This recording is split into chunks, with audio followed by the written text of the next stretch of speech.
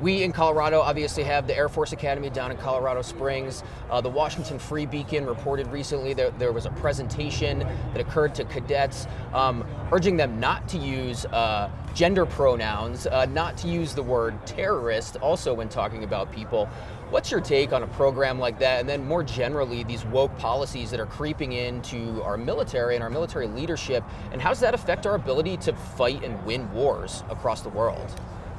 Well, no one joins our military to learn how to use the right pronouns. They join our military to learn how to kill the bad guys. And it brings discredit on the Air Force Academy to have this kind of training in place there. So I've demanded answers, and I hope that the superintendent there takes it seriously, and if he didn't know about it, I hope that he takes remedial action promptly.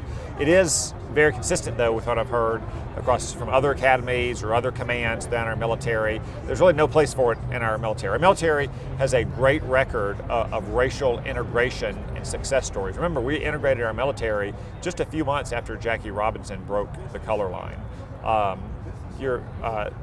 Minorities today in our society are actually overrepresented in the military, especially at more senior ranks of command sergeant major, for instance, and first sergeant. Yep. Than their share of the population. That doesn't exactly sound like a racist institution or a place where minorities can't get ahead. And when I was in the military, I and the battle buddies I had didn't really worry about who was white or black or Latino or Asian. What mattered more to us than the color of our skin was the colors of the flag we wore Yep. on our shoulder when we went into battle. Yeah. And we need to put an end to it. A new Secretary of Defense, a new president can put an end to it on day one.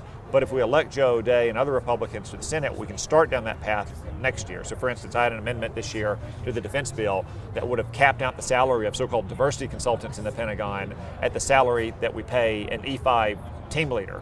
Think about it, an E5 sergeant who's out walking point, the most dangerous position in an infantry formation, is making less than a diversity consultant is. That shouldn't happen. If we have a Republican Congress, it won't happen starting next year.